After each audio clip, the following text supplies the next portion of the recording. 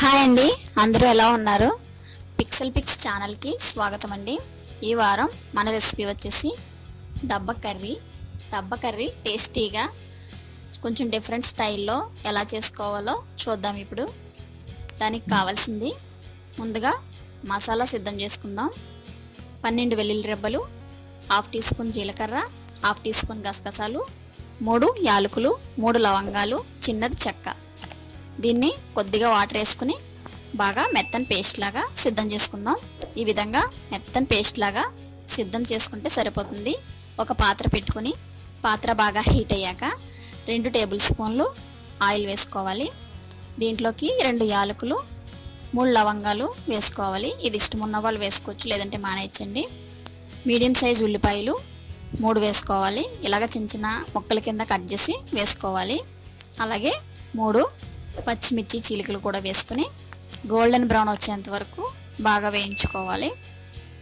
ఉల్లిపాయలు golden brown వచ్చిన తర్వాత ఉల్లిపాయలు త్వరగా మగ్గాలంటే మనం దీంట్లోని కొద్దిగా సాల్ట్ వేసుకుందాం. సాల్ట్ వేయడం వల్ల ఉల్లిపాయలు అనేవి త్వరగా మగ్గుతాయి. 1 స్పూన్ అల్లం వెల్లుల్లి పేస్ట్ కూడా వేసుకోవాలి.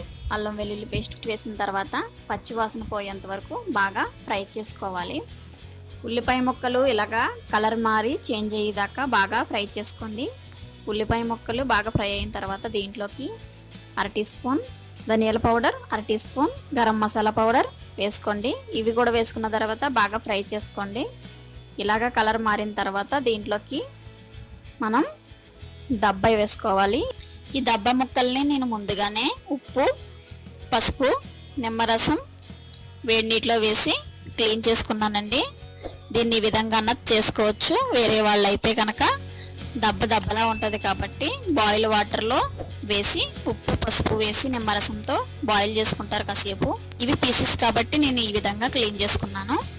ఈ విధంగా దబ్బని ఇందులో వేసిన తర్వాత కొద్దిగా పసుపు వేసుకోవాలి.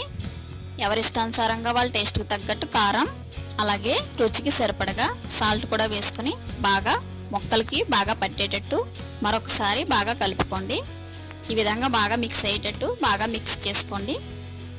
దీన్ని చాలామంది చూడడానికి ఈ దబ్బ కర్రీని చేయడానికి ఇష్టపడరండి. కాకపోతే ఈ దబ్బ కర్రీ అనేది ఊపిరితిత్తుల కంప్లైంట్లు ఉన్న వాళ్ళకి ఇది చాలా బాగా పనిచేస్తుందండి ఆరోగ్యానికి.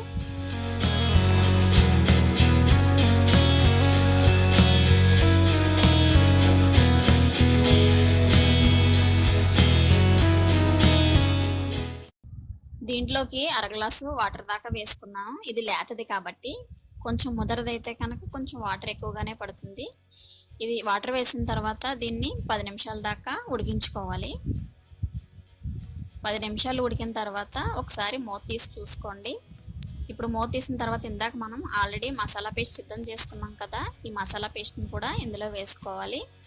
మసాలా పేస్ట్ వేసిన తర్వాత కూడా మరొకసారి బాగా కలయబెట్టి మరొక 5 నిమిషాల పాటు కుక్ చేసుకోండి.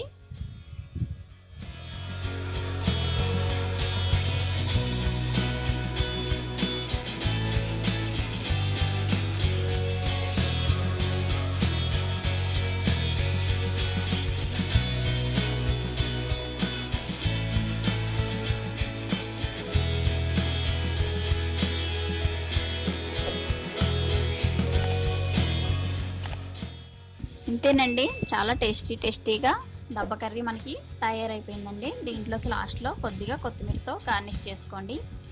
అంతేనండి. ఈ వీడియో కనుక మీకు నచ్చినట్లయితే లైక్ చేయండి, మీ ఫ్రెండ్స్ అండ్ ఫ్యామిలీకి షేర్ చేయండి. అలాగే మా ఛానల్ని సబ్స్క్రైబ్ చేయడం మర్చిపోకండి. Bye, thanks for watching.